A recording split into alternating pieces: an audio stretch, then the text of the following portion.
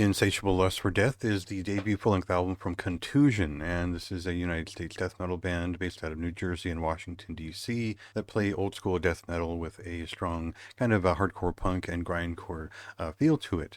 This is basically what I would consider metal punk inflected death metal, which is intentionally primitive, although most of those observations admittedly come from the band's resume, as they're very well known from different power violence, grindcore, hardcore punk, and crossover bands, as well as touring members of other groups that are known for their either metal punk or death metal associations, be it Repulsion or Mammoth Grinder.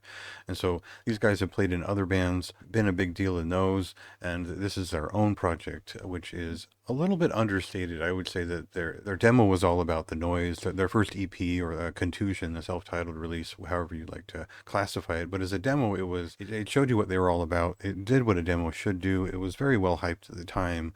And the big thing about Kontusion up front was that they were mixing these noisome, harsher, and chaotic sounds and horror synths with death metal that was very straightforward, kind of quick and dirty stuff as I describe it. And that's not exactly what happens on this record. It's much more straightforward. So we'll cut to a song here, and I'll talk a little bit more about this album, though there isn't that much to say here.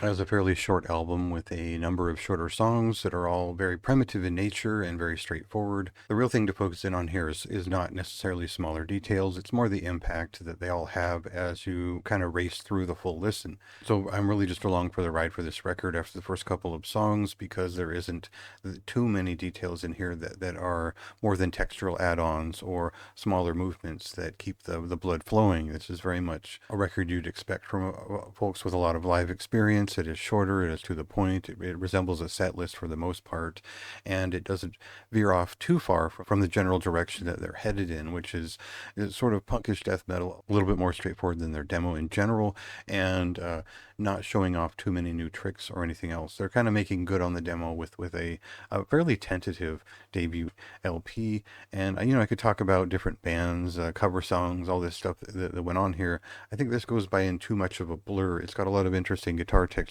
It's got a lot of smaller sounds that they've added in there, but for the most part, this is just a riff after riff impact sort of record that blazes through and changes up the pace just a few times to keep it interesting. It's too short to really take it too seriously in terms of depth and whatnot. Not to discount the hardcore punk influence on old school death metal, but it really is very straightforward work here, and that's kind of why I liked it, even though it didn't live up to a lot of the potential that they'd put on their demo in terms of use of noise and different accoutrement that made it a little bit more interesting. What they've done here with this record makes sense. It's a solid death metal record. It's a moderately high recommendation for me. It just isn't that deep. It's a strong record. I'd like to see the band play live based on what I've heard here. It's cool. It's a cool thing, and that's about all I have to say about it. I do have a little bit more to say about it if you want to read the written review, so check that out. Otherwise, it released on July 25th. It's been available for a while. Check it out yourself and see what you think.